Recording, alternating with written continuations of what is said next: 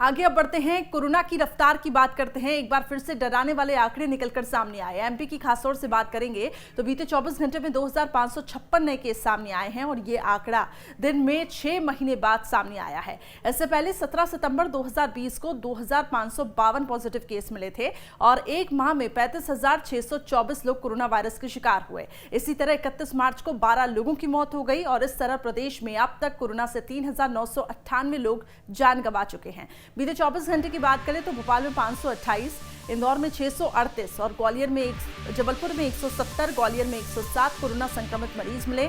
यानी प्रदेश के 55% संक्रमित इन 4 महानगरों से आए हैं। चारों महानगरों समेत 20 से अधिक केस वाले शहरों की संख्या भी बढ़कर अब 25 हो गई है। इससे स्पष्ट है कि कोरोना की दूसरी लहर अब छोटे शहरों को भी अपनी चपेट में ले रही है। बीते 24 घंटे में उज्जैन में 86, रतलाम में 84 और खरगोन में 77, बैतूल में 66, कटनी में 53, बड़वानी में 46, विदिशा में 43, छिंदवाड़ा में 40 और धार में 40, नरसिंहपुर में 39, सागर में 34 नए संक्रमित मरीज सामने आए हैं। इस खबर पर अधिक अपडेट्स के लिए मेरे सहयोगी शुभम जुड़ चुके हैं। शुभम, ये आंकड़े अब डराने वाले हैं। मध्य प्रदेश में कोरोना का ब्रेक अब फेल होता हुआ दिखाई दे रहा है। किस तरीके से अब संक्रमण को आगे रोका जाएगा? क्या रहेगी सरकार की प्लानिंग आगे? देखिए, सरकार अपनी ओर से लगातार कोशिश कर रही है कि किसी भी तरह से इस संक्रमण को फैलने से रोका जा सके।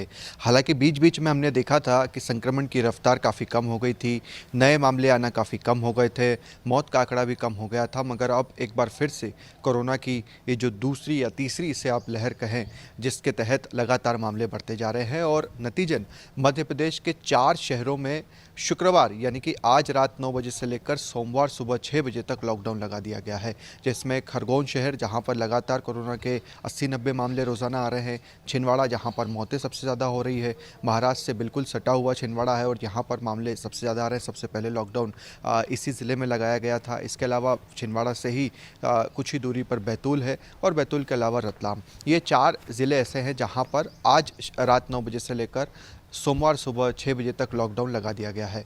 दूसरा, अगर आप भोपाल और इंदौर की बात करते हैं तो यहाँ पर भी स्थिति काफ़ी ख़राब है। कल भोपाल में 2600 टेस्ट हुए, 500 से ज़्यादा लोगों की रिपोर्ट पॉजिटिव आई। इंदौर में भी कुछ इसी तरह की स्थिति रही। मगर सबसे बड़ा कारण ये है कि नाइट कर्फ्यू लगाया गया है। रात के 10 बजे की बजाय अब तो 9 बजे से ही नाइट कर्फ्यू की शुरुआत हो जाती है, सुबह 6 बजे तक रहता है।